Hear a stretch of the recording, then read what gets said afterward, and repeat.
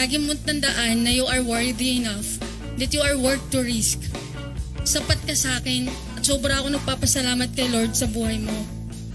Na ikaw yung binigay niya sa akin, na kaya mo akong intindihin, pagtiyagaan at mahalin na walang katumbas. Di tayo magbago at kailan may nasan may tuwang pangarap ko.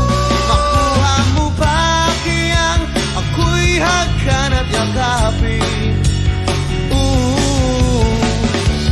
Hanggang sa pagtanda natin, nagtatanong lang sa'yo, ako ba kaya'y ibigin mo? Kahit maputi na ang buhok ko. Maraming salamat kasi mula nang dumating ka sa buhay ko, mas nakilala ko yung sarili ko. Kung ano yung kaya ko, kung ano yung lakas at kahinaan ko. Salamat kasi sa tuwing mahina ako, binibigyan mo ako ng dahilan para maging malakas. Ang nakalipas ay babalik natin. Ipapaalala ko sa'yo ang aking pangako na ang pag-ibig ko'y laging sa'yo. Kahit maputi na ang buhok ko, kahit maputi o wala na ang buhok ko.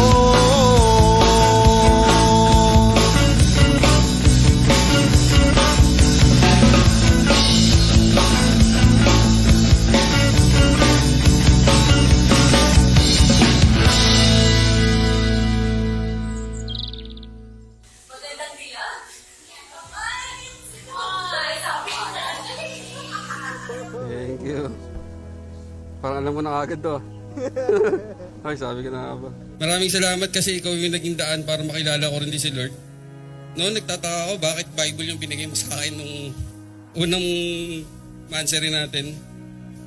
Ngayon ko lang naintindihan yung Bible pa na yun, yung magiging susi sa pinakamagandang regalo mabibigay mo sa akin. Hindi nyo makilala si Lord. A letter to my wife, Mary Jane P. Bernardino. Pinaghintay man kita ng halos 10 taon. Ito ka pa din.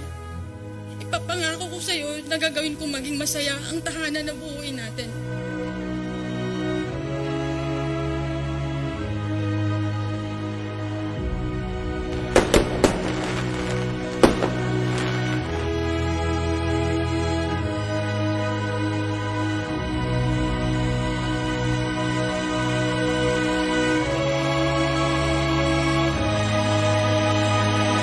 Maraming salamat sa walang sawang pagmamahal kahit na panahong hindi na ako kamahal-mahal. Maraming salamat kasi nandyan ka sa panahong wala at meron ako. Sa panahong malungkot at masaya ako. Sa panahong mahina at malakas ako. Noon, ang pinag-pray ko lang naman kay Lord, bigyan niya ako ng mapangasawa na makasama akong mag-serve sa Kanya. Pero mas higit pa yung binigay niya. Pinapangako ko sa iyo na ako naman yung aakay at magpapanatili na relasyon natin sa Panginoon.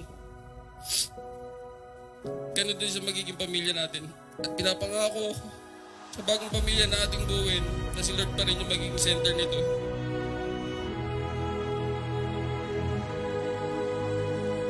Ngayon, hayaan mo namang mahalin kita ng buo. 100% na ng sarili ko, ibigay ko na sa'yo.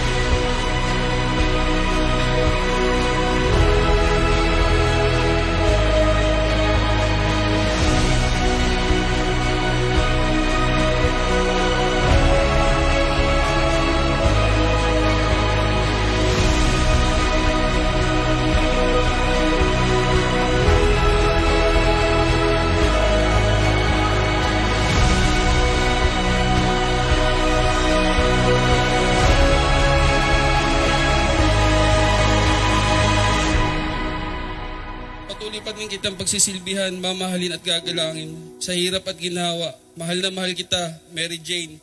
Leng, mahal, hanggang sa uli kong hininga, ikaw lang. Ikinagagalak ni Lord na masunod ang kalooban niya sa buhay natin.